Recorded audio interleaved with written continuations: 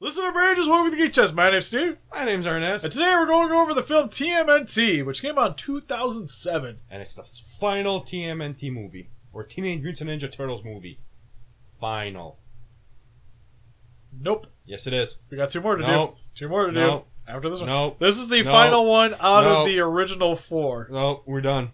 Which is odd because this Done. one had a long gap between the Teenage Ninja Turtles 3 and 4. There's a huge gap between the two.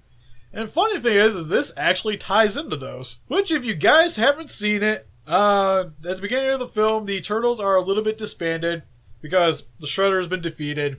There's not a whole lot for them to do. So, like, Michelangelo has, like, a party gig where he drives around in the Turtle van. Donatello works as, like, a over-the-phone tech guy for companies. Raphael still fights crime as the Night Watcher, and Leonardo is somewhere in backwoods... South America or Brazil? It's been a few since I've seen it. Somewhere down there. Somewhere in the jungles, trying to find himself and become a better leader. But April ends up going to hunt him down because she needs him to come back. And also there's a little subplot with Yato, who is voiced by Patrick Stewart. Which is amazing. I love that guy. Yeah, which is awesome. Where he is trying to collect the general statues and resurrect them by collecting the 13 Beast that he unleashed from a portal a long time ago. Which is the strangest of the 4 Teenage Mutant Ninja Turtles. Stranger than them going back in time. But I actually like this one. I like the whole concept of you actually get to see what happens after the bad guy's done. You know, they just living normal, boring lives, you know. Yeah, it's great, because especially since like it's been so long since 3 to 4, you kind of like find out what's happening, but yet they're still, I guess, more adults than they were in those films, but still not, like, there's not that much of an age difference. But yeah, for the plot, it's a pretty cool movie overall. Like, I really enjoy this one more than the third one for sure.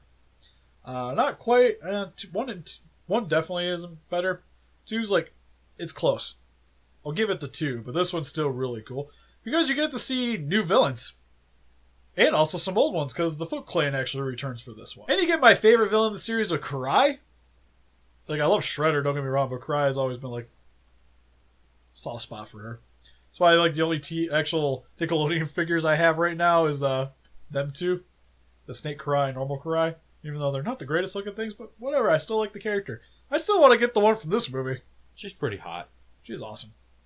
Oh, sorry, she's a little underage for you, for those ones. How old? She's in high school.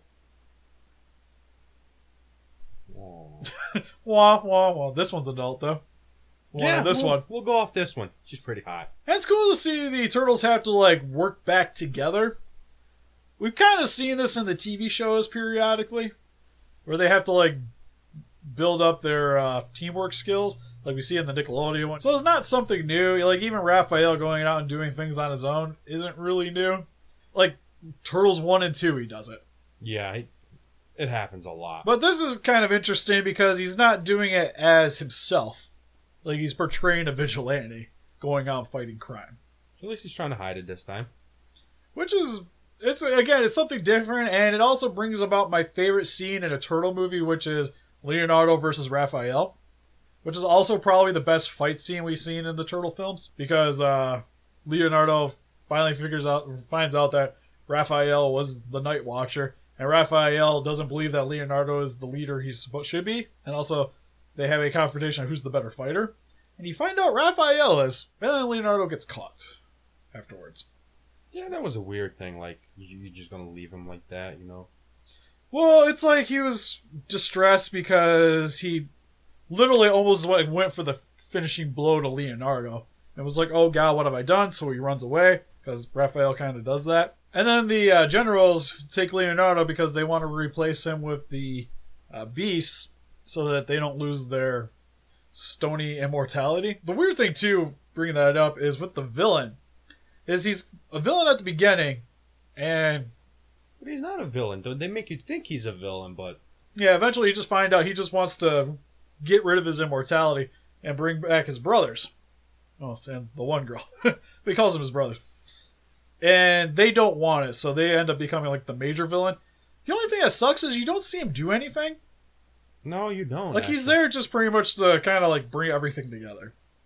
But he doesn't actually fight. Like, you see Splinter do a little bit of action in this. But there was that fighting montage with the rap song, and like, when they invade the thing, and you see Splinter fight there. Yeah, like you see him. Like, there's definitely a lot more action scenes than any of the other Turtles for sure. Like, I guess the new one would be close. Well, the 2014 Turtles would be the close one. But it's cool to see Splinter actually doing more. I'm not a big fan of the voice actor, but that's a different story. Other than that, I think all the characters are portrayed very well, though. Well, almost. I can't stand April O'Neil in this one. Really? Can't. I think she was fine. I can't get behind that whole fucking stupidity of her character. She's like, no, I'm a samurai. Yeah, she's been practicing. Oh my god, it pissed. Oh no, sorry, I can't get behind April O'Neil in this one. Well, I like it because they give like everybody a decent amount of screen time. Like, April gets a little bit of a shot. Casey Jones finally does something in this since the original one, because April is running a company where she goes and finds relics, and Casey helps, which is odd because the whole news reporter thing is a shift in character. A big shift in a character. Which it kind of helps explain the action sequences, I guess, in a way. Can't justify garbage, Steve. She sucks. The action's good in this. The action's really good in this. There's a lot, too. Oh, God, yeah. Because you have, like, the Night Watcher busting criminals. You have the entire last act is just all action. When they fight one of the beasts, a couple of the beasts, because there's a little one in the soup kitchen. Oh, I love that guy. Yeah, and then you have the big gorilla one that the Foot Clan were originally trying to take out. And that was like their first attempt at working together again. And then even the jungle scene with Leonardo. Like he said, a lot of action in it, which makes it good. Yeah, it keeps you invested. The only real negative I got for this entire movie is the art style. Takes some getting used to. I got two negatives: the art style and that rap montage that they have. That's not that whole fighting thing. That's not cool, man. I didn't like that. It was okay. It's cheesy, but then again, these movies are cheesy to begin with. It's odd going from the super serious Leo rap fight into rap, rapping and just random shenanigans and fighting. So it's got some different tones throughout the plot, but I don't know, it didn't bother me as much. The art style reminds me a lot of the Clone Wars TV show. And a lot of this reminds me of a TV show, like the art style. It's not quite what I would say is movie. No. But then again, it also came out in 2007, so it's kind of hard to really gauge it in terms of nowadays. But yeah, definitely if there is one negative about this movie, it is the art style. Yeah, it was one of those, like, I went and saw this in theaters, and it took me a minute to get used to it, but especially over time, I've really grown to love it. But yeah, that's really my only real bad thing to say about this. Like, the plot's a little weird, but it still works really well for the film. It. Yeah, because you have, like, the monsters. I like the difference in the villains, because it's just not the Shredder again, which I could have seen them easily do, even though he's alluded to. And you have the Foot Clan. There's one thing, okay, there's one thing I did not understand. If these monsters came out a long time ago, like out of that portal, I understand why they're coming back because the portal's opening, but it never actually explains why these monsters, nobody's ever seen them before, you know? Well, they sort of do, because it's like the Loch Ness Monster and Bigfoot stuff. Like, they were the basis for those myths. I don't know, I just really nobody seen that gargoyle sitting there, eating birds. How many times Spider-Man's been on top of him? He never noticed it, Yeah, Spider-Man's totally TMNT. I don't think they could afford him. And that's cool, too, to see at the end of the film where they have, props from each of the other movies. Like, you have the scepter, the canister, Shredder's helmet, Mikey's mask. For reasons. I guess it's like mementos for the occasion. This reminds us of this movie. I thought it was a little cool. Also, I like it when the guy explodes in the dust and Mikey's like, I think he's in my mouth. Giggity. I guess one other thing to bring up real quick before we conclude is, I guess now I think about it, the villains were pretty basic. Like it's just like we're evil, rawr. Like it's fine. Like again, it feels more like a TV show than an actual movie in terms of the plot.